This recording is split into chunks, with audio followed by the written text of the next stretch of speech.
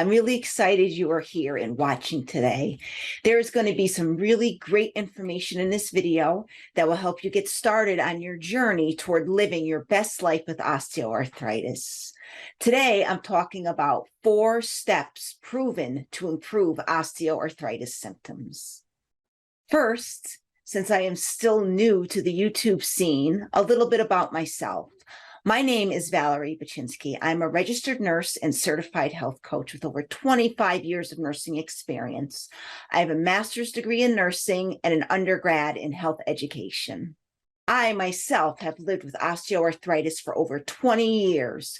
When my symptoms started to get bad, I started getting serious and combed through the scientific literature to find out what I had to do to beat it.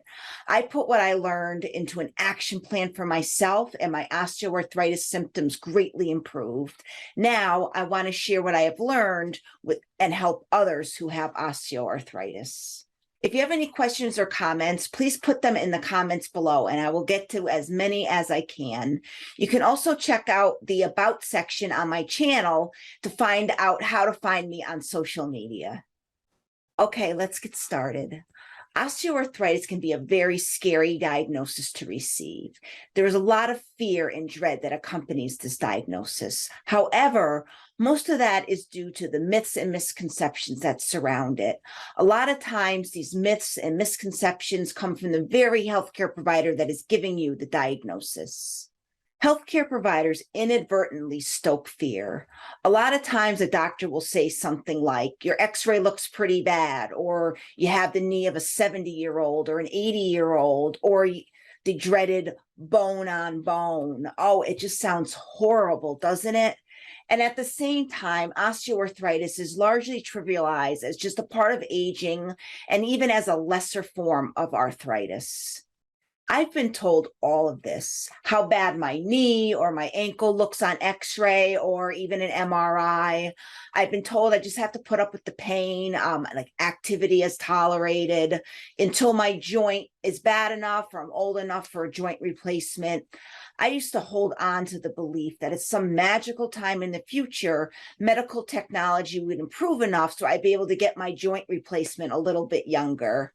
I'm so fortunate I've been able to do my own research and discover all the things that can be done right now to improve osteoarthritis symptoms. And I want to share this information with others. I have now talked with many people who have been diagnosed with osteoarthritis, and this seems to be a common theme.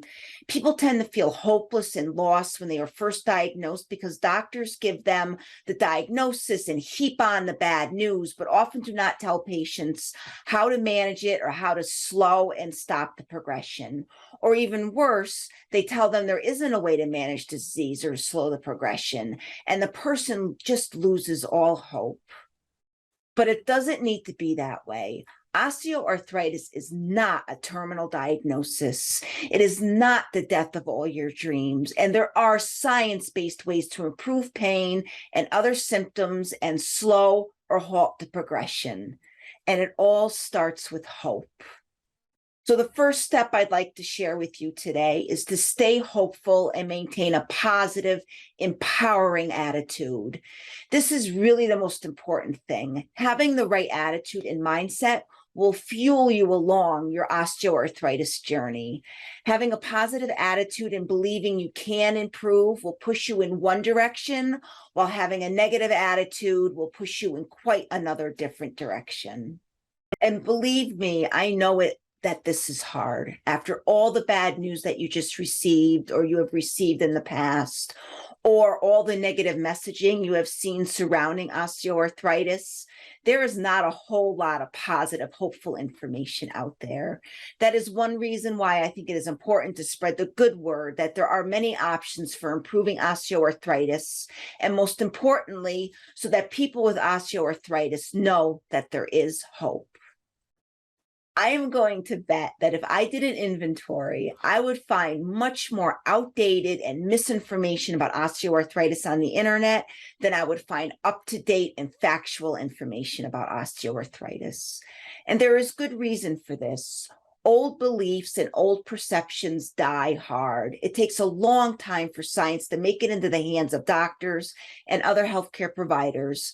One study cited as many as 24 years. Osteoarthritis has long been thought to be a wear and tear condition that inevitably progresses.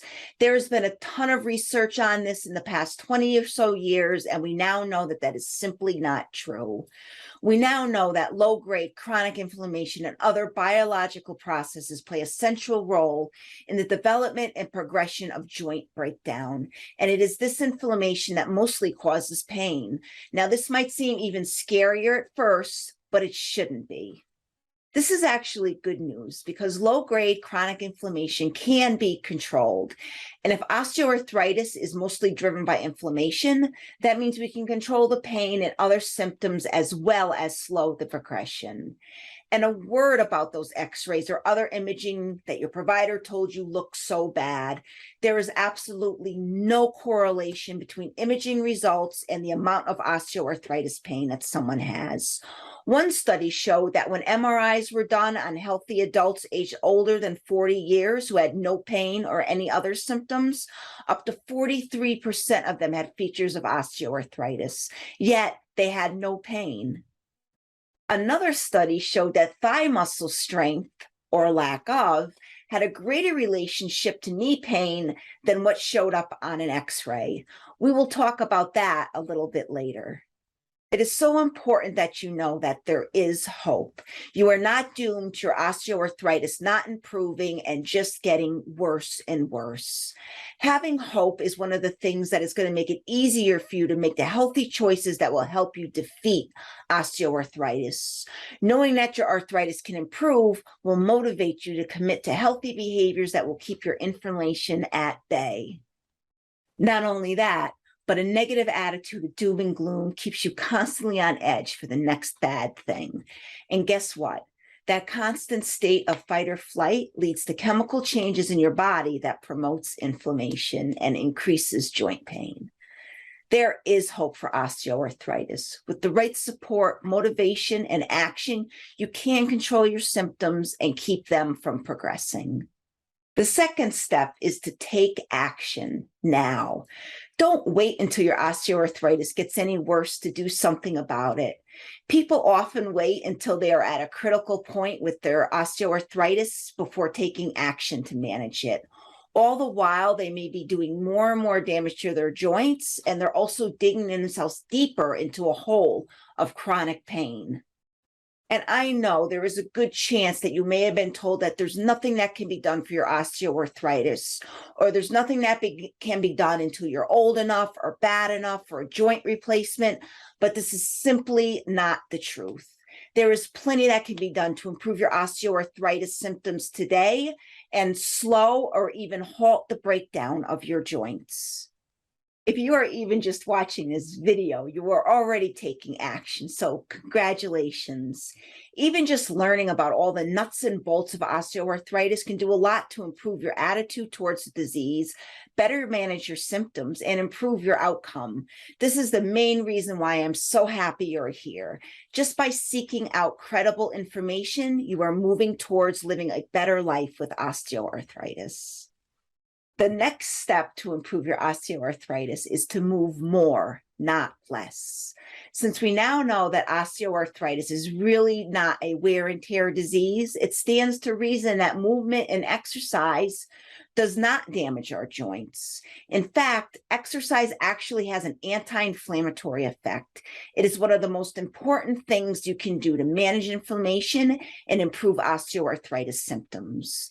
Sadly, though, it is often one of the things that people give up first. They have some pain when they move, so they stop moving. But pain with movement does not mean that you are causing more damage.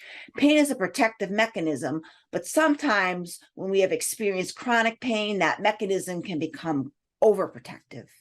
Fear of movement can exacerbate that. Joint cartilage does not have any nerve endings. So if you are experiencing any joint pain with movement, it is not due to damage being done to your cartilage.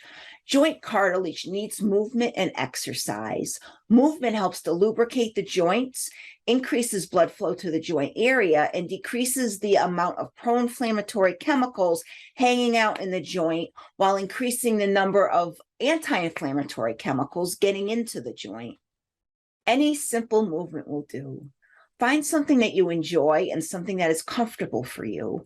Your goal should be to get in more general movement throughout the day and 150 minutes a week of aerobic activity.